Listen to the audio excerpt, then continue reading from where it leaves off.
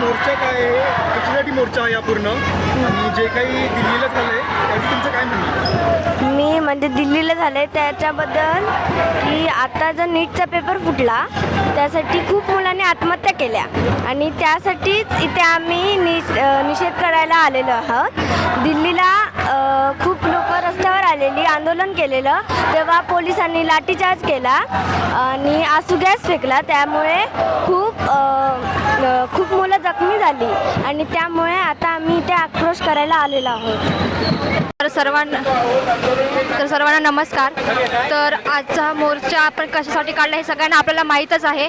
जो काही प्रकार घडला 20 तारीखला दिल्लीमध्ये जंतर मंतर या ठिकाणी, तर विद्यार्थी मैदानात उतरले होते, ते आपला हक्क मागण्यासाठी जात होते, पण सरकारने त्यांच्यावर अमानुष असा म्हणजे व्यवहार केला आहे. आपण सगळ्यांनीच बघितलं, न्यूजमध्ये बघितलं, पेपर्समध्ये. पण आपण जे म्हणजे दृश्य बघितले ते आपल्याला मीडियानुसार म्हणजे मीडियामार्फत किंवा सोशल मीडियामार्फत आपल्याला माहिती समजलं, पण मीडिया याबद्दल बोलायला अजिबात तयार नाही आहे. तर आणि तशी विद्यार्थी फक्त आपला हक्क मागण्यासाठी गेले होते. जे काय सगळा घोटाळा झाला आहे नीट परीक्षामध्ये, विद्यार्थ्यांच्या भविष्याचा प्रश्न आहे, तर विद्यार्थी फक्त आपल्या हक्कासाठी गेले होते. त्यांच्यावर टिअर गॅस सोडले गेले, त्यांना लाठीचार्ज केली गेली. तर हे कुठेतरी थांबलं पाहिजे, कारण पुढचं जे भविष्य आहे ते युथ भविष्य आहे, ते पूर्ण आपला हे युथ जो काय सगळे युथ आहेत त्यांचा हा सरकार पुढे चालणार आहेत त्यांच्यामार्फत. तर थँक्यू. करून या कणकवलीच्या ठिकाणी ती या ठिकाणी येते, आपले विचार त्या ठिकाणी प्रगट करते, आणि हे विचार एक त्या चिकित्साचे नाहीये, तर त्या समस्त भारतातील विद्यार्थ्यांचे आहेत. जेव्हा विद्यार्थी रस्त्यावर येतो, जेव्हा महिला रस्त्यावर येतात, तेव्हा या शासनाचा किंवा कोणत्याही सरकारचा खरणे हा आजपर्यंतचा इतिहास आहे. हे जे सरकार आहे, मुख में राम आणि बगल में शुरी असं म्हटलं तर ते चुकीचं होणार नाही.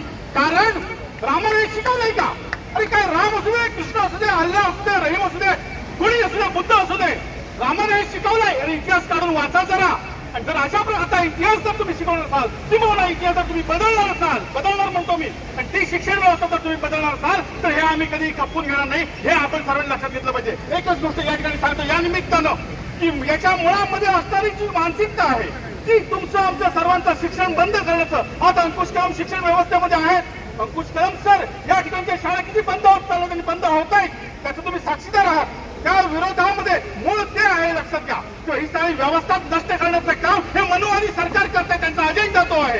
आणि हा अजेंडा घेऊन आपण स्वस्त बसणार आहोत का, हा खरा प्रश्न आहे.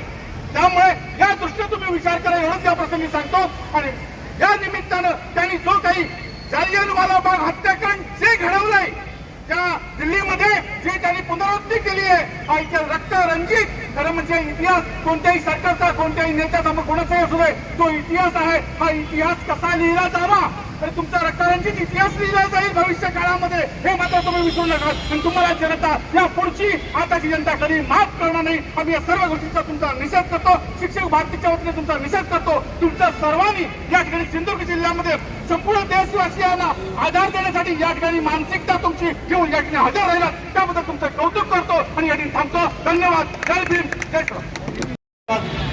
थोडस आपल्या समोर विषद करतो.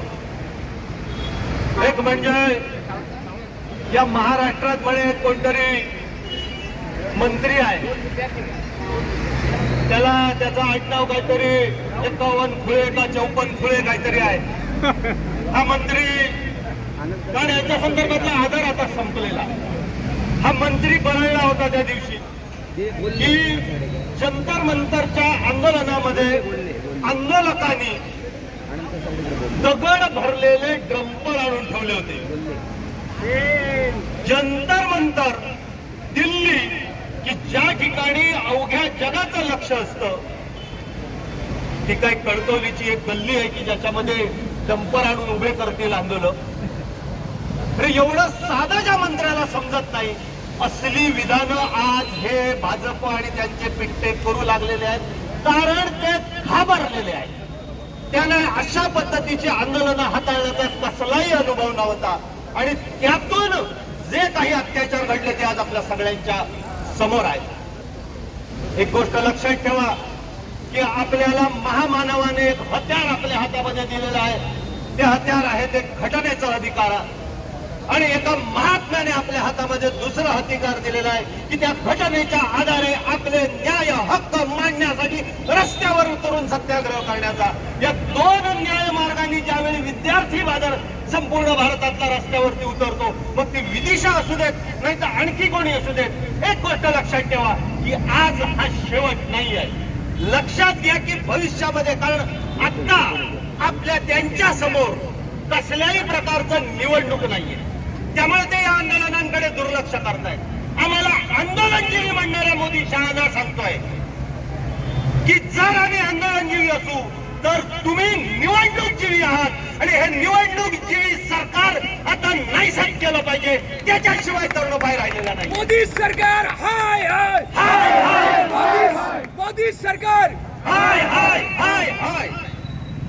त्यामुळे ज्या पद्धतीनं एक साधी मागणी विद्यार्थ्यांची होती की या सगळ्या नीट परीक्षेतल्या झालेल्या घोटाळ्याचा, ज्यामुळे विदिशासारखे 2.5 लाख विद्यार्थी पुन्हा परीक्षा देण्याचं धाडस करू शकले नाही, किंवा जवळपास 27 पेक्षा अधिक विद्यार्थ्यांनी आपलं आयुष्यात संपवण्याचा निर्णय घेतला, एवढी प्रचंड निराशा मगाशी ज्या पद्धतीने वक्शांनी सांगितलेलं आहे ते केवळ नीट परीक्षेचं पेपर फोडण्याचं कारस्थान नाहीये, तर तुम्हाला, बहुजन समाजाला, सर्वसामान्य विद्यार्थ्यांना त्यांच्या भविष्याला अंधकारमय करून पुन्हा एकदा ती पेशवाई व्यवस्था आणण्याचा विचार या सगळ्या मागे षडयंत्रामध्ये आहे. ही बाब आपण लक्षात ठेवा.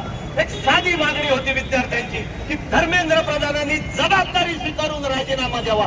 एवढी जर एक मागणी पुरी करू शकत नसेल तर आज या भारतातला रस्त्यावरती उतरलेला प्रत्येक विद्यार्थी अभिजित तिटके असेल, प्रत्येक विद्यार्थी सोनाम वांचुक असेल, प्रत्येक विद्यार्थी राहुल गांधी असेल, प्रत्येक विद्यार्थी अखिलेश यादव असेल, प्रत्येक विद्यार्थी उद्धव ठाकरे असतील, आणि अशा पद्धतीने नेतृत्व करून हे सरकार उलटून टाकल्याशिवाय राहणार नाही.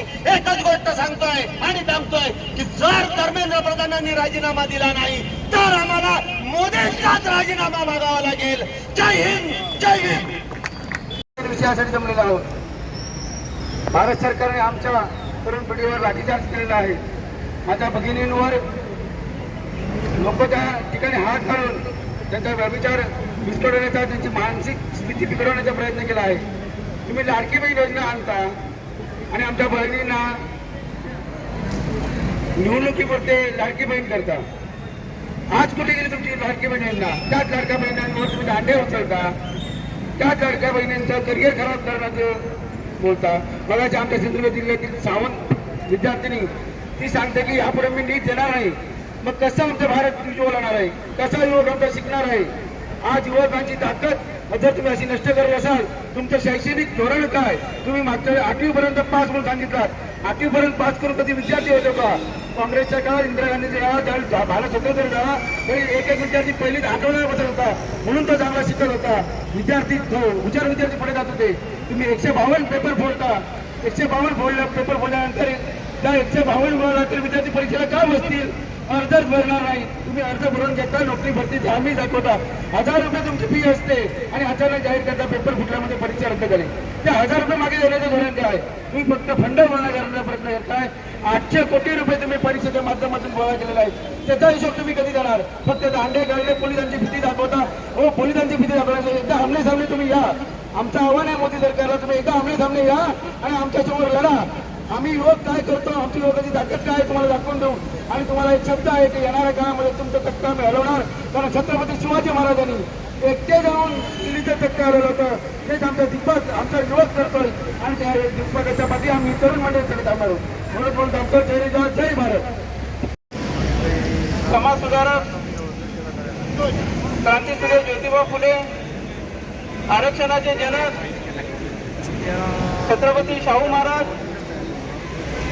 रयतेचे राजे शिवाजी महाराज या सर्व संतवादी महापुरुषांना मी वंदन करतो.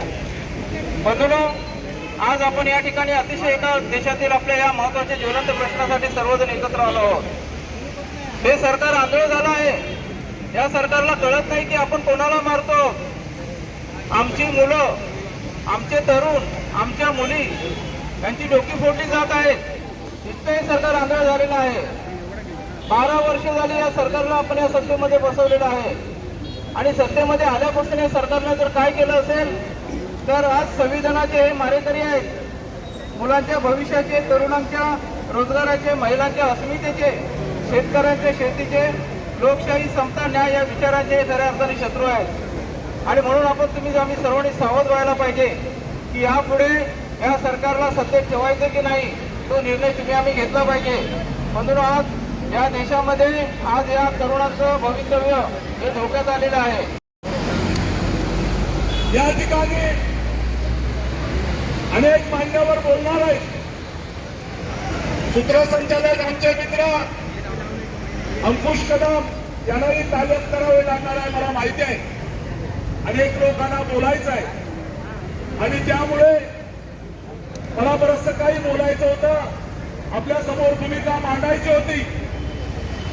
आज भारतामध्ये भयानक अशी परिस्थिती निर्माण झालेली आहे. आपल्याला सांगतो, भारताच्या स्वातंत्र्यानंतर देशामध्ये आणीबाणी शत्रूस परिस्थिती निर्माण झालेली आहे. काल कोकण रेल्वेनं गावी येताना रात्री 3 वाजेपर्यंत फेसबुकवर, इंस्टाग्रामवरचे व्हिडिओ बघत होतो. मी आपल्याला सांगेन, ज्या पद्धतीनं केंद्र सरकारने या विद्यार्थ्यांना जगवला, काल एक विद्यार्थिनी दुर्दैवानं तिचा अंत झाला आणि हे सगळं दृश्य केवळ भारतात नव्हे तर जगात पोहोचला आणि जगातले अनेक राष्ट्र भारताच्या या सरकारचा, भारतातील या पोलिसांचा जाहीर निषेध करण्यासाठी देशभर रस्त्यावर उतरलेले आहेत. हे आपल्याला सांगेन, हे सगळे अत्याचार बघून झाल्यानंतर काल पंजाबमधील हजारो गाड्या, हजारो ट्रॅक्टर आणि हजारो शेतकरी काल दिल्लीमध्ये पोहोचलेले आहेत. या शीख लोकांच्या लाट्या, काट्या आणि तलवारी आहेत. उद्या या देशाचं काय होणार, उद्या या देशाचं कसं होणार, अशी परिस्थिती आज भारताची येऊन ठेपलेली आहे. अशा परिस्थितीमध्ये आज कणकवली शहरामध्ये भारतीय संविधानवादी, आंबेडकरवादी, बहुजनवादी, पुरोगामीवादी या सर्व संघटना एवढ्या मोठ्या संख्येने या ठिकाणी उपस्थित आहेत. आमच्या महिला भगिनी मोठ्या संख्येने उपस्थित आहेत. मी वंचित बहुजन आघाडीच्या वतीने तुम्हा सर्वांचं मनापासून स्वागत करतो, आभार मानतो आणि अन्य वक्त्यांना वेळ मिळावा म्हणून मी माझे 2 शब्द या ठिकाणी थांबवतो. जय भीम. ताज्या अपडेट्स आणि ताज्या बातम्यांसाठी आजच सबस्क्राईब करा आपला सिंधुदुर्ग डिजिटल न्यूज चॅनेल.